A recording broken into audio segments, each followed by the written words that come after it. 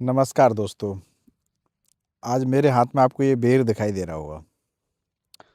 अभी मैं ऑफिस जा रहा हूँ और लगभग सुबह के 9 बज रहे हैं।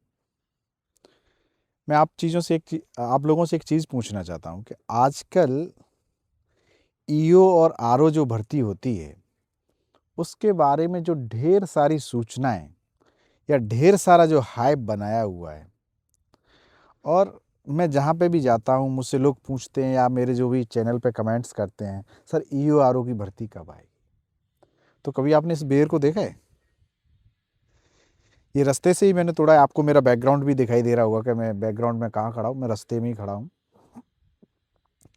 तो आपने एक चीज़ महसूस की होगी, इस बेर के चारों तरफ होते हैं कांटे। आपको बेर तो बड़ा सुंदर लगता है, पर लेकिन जब इसको आप जाओगे, नज़दीक जाओगे तो आपको कांटे भी लगेंगे, और उसके बाद इसको खाओगे तो थोड़ा सा खट्टा और मीठा अनुभव आपको रहेगा।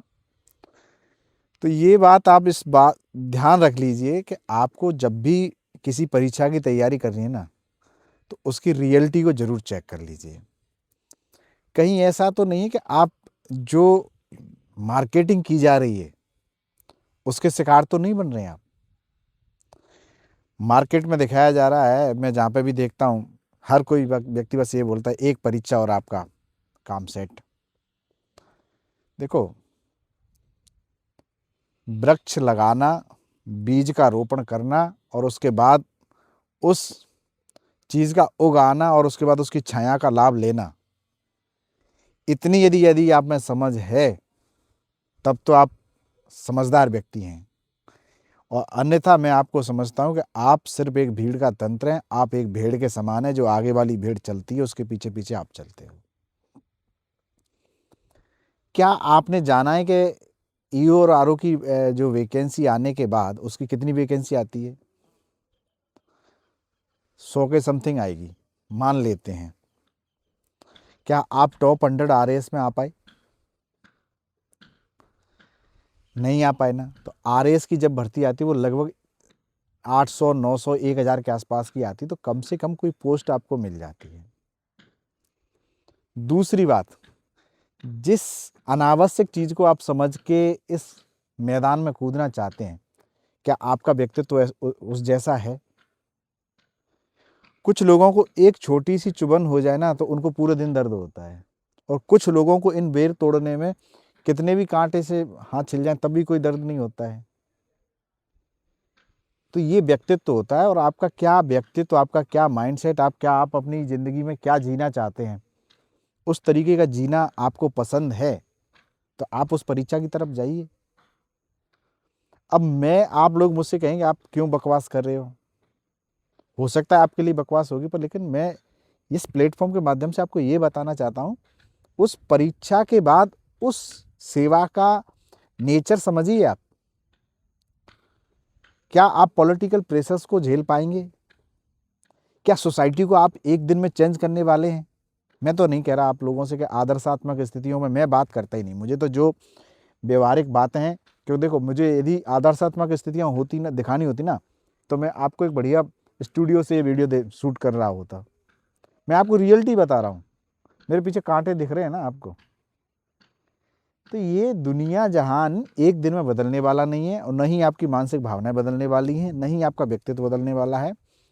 तो दोस्तों, सबसे पहले आप ये देख लीजिए, क्या आपका खुद का जो कैरेक्टर है, खुद का जो माइंड सेट है, वो इन सेवाओं लायक है या नहीं। अन्यथा एक बार आप इस सेवा में चले गए, आपने जिस तरीके का बीज बो दिया उसी तरीके का पौधा मिलेगा।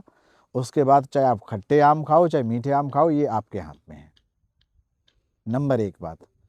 दूसरा, कोचिंग्स लगातार आपको इस तरीके से ट्रैप कर रही हैं कि आप लोग आरएएस की भर्ती छोड़ दीजिए, आप एसआई की भर्ती छोड़ दीजिए, सिर्फ एक परीक्षा दीजिए और ईओ बनिए। दोस्तों, ईओ के लिए भी यही लड़के जो सब इंस्पेक्टर की तैयारी करेंगे, जो लड़के आरएएस की तैयारी करेंगे, वही सबसे हार्ड कंपटीशन क्रिएट करेंगे।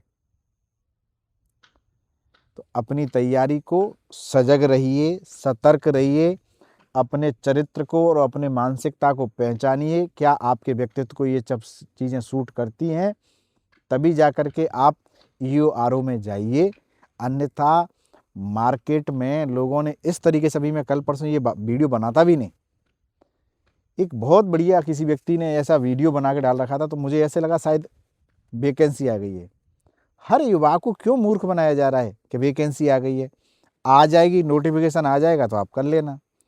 मैं तो सीधी सी बोलता हूँ, अपनी पढ़ाई को निरंतर रखिए। आरएएस और सब इंस्पेक्टर की भर्तियां अभी आसपास हैं, उन पर फोकस कीजिए, ढंग से पढ़िए। आरएएस की जब भी वैकेंसी आएगी तो उससे कम से कम आपको 1000 लोगों में चयन होने पर अलग अलग सेवाओं में जाने का अवसर मिलता है। और उसकी जो सेवाएं हैं वो लगभग ऐसा है कि सुकून है लाइफ में, शांति है, काम करने का अवसर मिलता है। काम करने के अवसर ईओआरओ में भी मिलते हैं, खूब सारे मिलते हैं, पर लेकिन आप समझ लीजिए कि वहाँ माइंड किसी और का चलता है, आप तो उसके इशारे पे चलते हैं। ठीक है, तो ये थोड़ा सा ध्यान रखिए। हो सकता है ये बात आपको गलत भी लगे, मैं यहीं क्षमा चाहूँगा आपसे।